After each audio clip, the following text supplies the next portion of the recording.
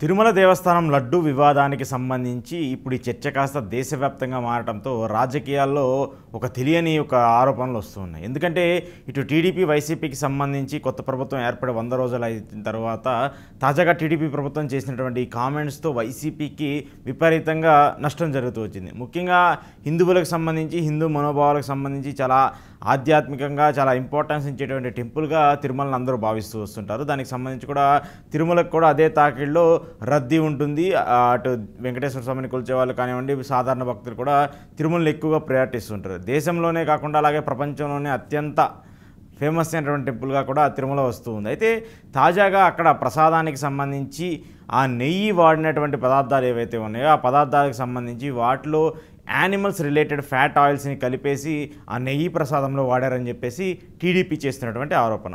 ఆ టీడీపీ చేసినటువంటి ఆరోపణలకు సంబంధించి జూలైలో ఏదైతే టీటీడీకి సంబంధించినటువంటి నెయ్యికి సంబంధించినటువంటి శాంపిల్స్ని టెస్ట్ ల్యాబ్కి పంపించడం, టెస్ట్ ల్యాబ్లో పంపించిన తర్వాత దాంట్లో కొన్ని యానిమల్ రిలేటెడ్ ఫ్యాట్స్ ఆయిల్ ఉన్నాయని చెప్పేసి చెప్తూ వచ్చారు. అయితే ఇక్కడ ఆలోచించాల్సినటువంటి ఒక అంశం ఏంటంటే అప్పుడు టీటీడీగా నియమితున్నటువంటి వ్యక్తి ఇక్కడ ఫ్యాట్ ఆయిల్ కాదు, యానిమల్ రిలేటెడ్ ఫ్యాట్ ఆయిల్స్ కాకుండా కొన్ని సన్ఫ్లవర్ రిలేటెడ్ ఆయిల్స్ లేదంటే వేరే న్యాచురల్ ఆయిల్స్ మిక్స్ చేసి ఈ నెయ్యిలో కలిపేసి ప్రసాదంలో వాడారు అనేది వాళ్ళు చెప్తున్నటువంటి మాట. అది ఫస్ట్ టీటీడీ ఈవో చెప్పారు.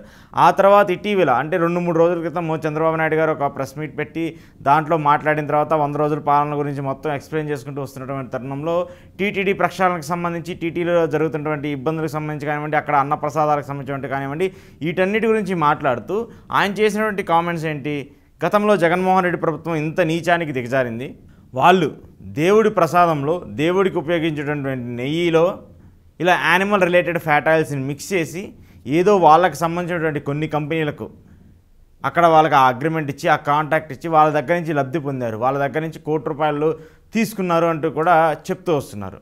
సో ఇవన్నీ వాస్తవం అవాస్తవం అనేది ల్యాబ్స్ చెప్పాలి.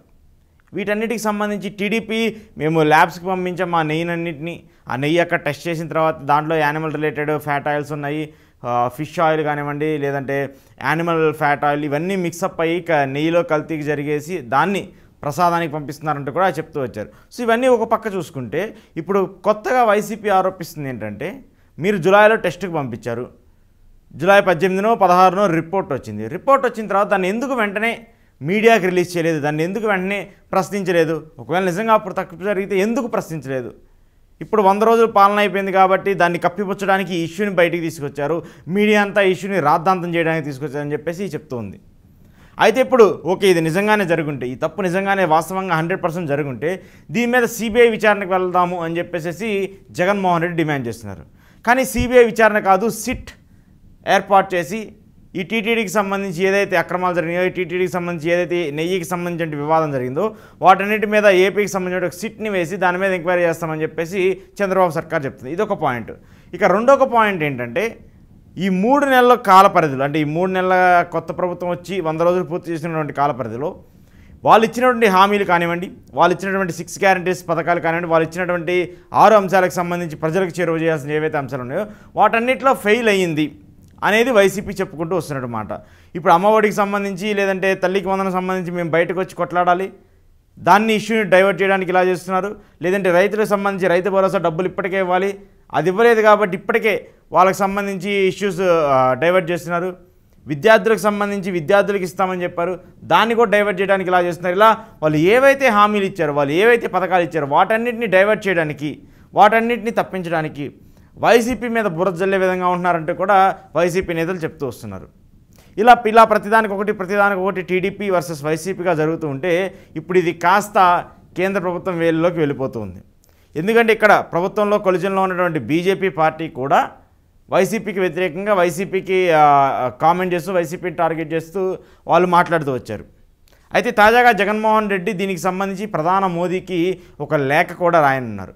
ఆయన లేఖ రాసిన తర్వాత జరగని దాన్ని జరిగిందని చెప్పేసి ఒక అవాస్తవమైనటువంటి రూపకల్పన చేసి ఒక ఫేక్ రిపోర్టులు తీసుకొచ్చి వాటిని మీడియాకి ఇచ్చి విస్తృతంగా ప్రచారం చేసి కావాలని చెప్పేసి టీడీపీ ఇదంతా రాద్ధాంతం చేస్తుందని చెప్పేసి కూడా జగన్మోహన్ రెడ్డి మోదీకి లేఖ రాసి దీనికి సంబంధించినటువంటి టీటీడీకి సంబంధించి ఏవైతే తప్పులు జరిగినాయో, ఏవైతే అవాస్తవాలు జరిగినాయని చెప్పేసి భావిస్తున్నారో వాటన్నిటికి సంబంధించి ఒక లేఖ రాసి ప్రధాని మోదీకి పంపిస్తారు. ప్రధాని మోదీ పంపించిన తర్వాత ప్రస్తుతం ప్రధాని మోదీ విదేశీ పర్యటనలో ఉన్నారు కాబట్టి ఆ పర్యటన ముగించుకున్న తర్వాత మోదీ అపాయింట్మెంట్ తీసుకొని మోదీని కూడా కలుస్తామని చెప్తున్నారు జగన్మోహన్ రెడ్డి. అయితే ఇప్పుడు దీని మీద సిబిఐ ఎంక్వైరీకి డిమాండ్ చేస్తున్నారు జగన్మోహన్ రెడ్డి. మరి సిబిఐ ఎంక్వైరీకి ప్రభుత్వం ఇస్తుందా లేదంటే ఇక్కడ స్టేట్తోనే మేము ఇన్వెస్టిగేషన్ చేస్తామని చెప్పేసి కూడా చూస్తుంది. మరి ఏ తప్పు జరగనప్పుడు మేము ఒకవేళ తప్పు చేసామని మీరు భావిస్తే లేదంటే మేము తప్పు చేసామని మీరు నిరూపిస్తే సిబిఐకి ఇచ్చి దాని మీద నిరూపించండి అని చెప్పేసి వైసీపీ డిమాండ్ చేస్తుంది. కానీ టీడీపీ మాత్రం సిట్ని వేసి స్టేట్ ఇన్వెస్టిగేషన్ సంబంధించి వాళ్ళు ఇన్వెస్టిగేషన్ చేసిన తర్వాత ఇది నిజమేంటి అబద్ధం ఏంటి చెప్తామని చెప్పేసి వాళ్ళు చెప్తూ వస్తున్నారు. సో ఇలా ఒక్కొక్కరుగా ఎవరి ఒపీనియన్ వాళ్ళు చెప్తున్నప్పటికి కూడా ప్రజల్లో ఒక భద్రత లేకపోవడం, ఒక అవాస్తవాన్ని ఈగర్గా వాళ్ళ మైండ్ సెట్లోకి ఇంప్లిమెంట్ చేయడం జరిగిపోతుంది. ఈ 2-3 రోజుల నుంచి విపరీతంగా సోషల్ మీడియా పరంగా కానివ్వండి, లేదంటే పార్టీలకు సంబంధించిన మీడియా ప్లాట్ఫామ్స్లో కానివ్వండి, వాళ్ళకి సంబంధించిన సోషల్ మీడియా వింగ్స్లో కానివ్వండి, విపరీతంగా టీడీపీ మీద వైసీపీ, వైసీపీ మీద టీడీపీ, ఈ 2 పార్టీలకు సంబంధించి ఈ 2 రాజకీయాలకు సంబంధించి జరిగినటువంటి ఈ వివాదం కాస్త భక్తుల మనోభావాలను దెబ్బతీసే విధంగా మారుతుంది. భక్తుల నమ్మకాన్ని దెబ్బతీసే విధంగా భావిస్తూ ఉన్నారు ప్రజలందరూ. వాళ్ళందరూ రోజు కొంత వేల మంది, కొన్ని లక్షల మంది తిరుమల శ్రీవారిని దర్శించుకుంటూ వస్తున్నారు. చంద్రబాబు నాయుడు గారు చేసినటువంటి ఈ కామెంట్ తర్వాత తిరుమలలో ప్రసాదానికి సంబంధించి లడ్డూ సేల్స్కి సంబంధించి దాదాపు 30% దిగిపోయింది. అంటే ప్రసాదాన్ని కూడా కొనాలంటే భయపడే పరిస్థితులకి భక్తులు వచ్చేశారు. వాస్తవానికి ఒకవేళ తప్పు జరిగితే ఖచ్చితంగా దాని మీద ఒక విచారణ జరపండి. విచారణ జరిపించిన తర్వాత ఇదిగోండి గత ప్రభుత్వంలో చేసినటువంటి ఇష్యూస్ ఇవి, ఈ తప్పులు చేశారు, ఈ తప్పులు చేసినప్పుడు దానికి సంబంధించి ల్యాబ్ రిపోర్ట్స్, అంటే వాళ్ళకి సంబంధించిన మనుషులని మీరు చెప్తున్నారు, లేదంటే వాళ్ళకి సంబంధించిన వ్యక్తులకు సంబంధించిన కంపెనీలను మీరు చెప్తున్నారు, వాటన్నిటిని వాళ్ళకి ఇవ్వండి, విచారణ జరిపించండి.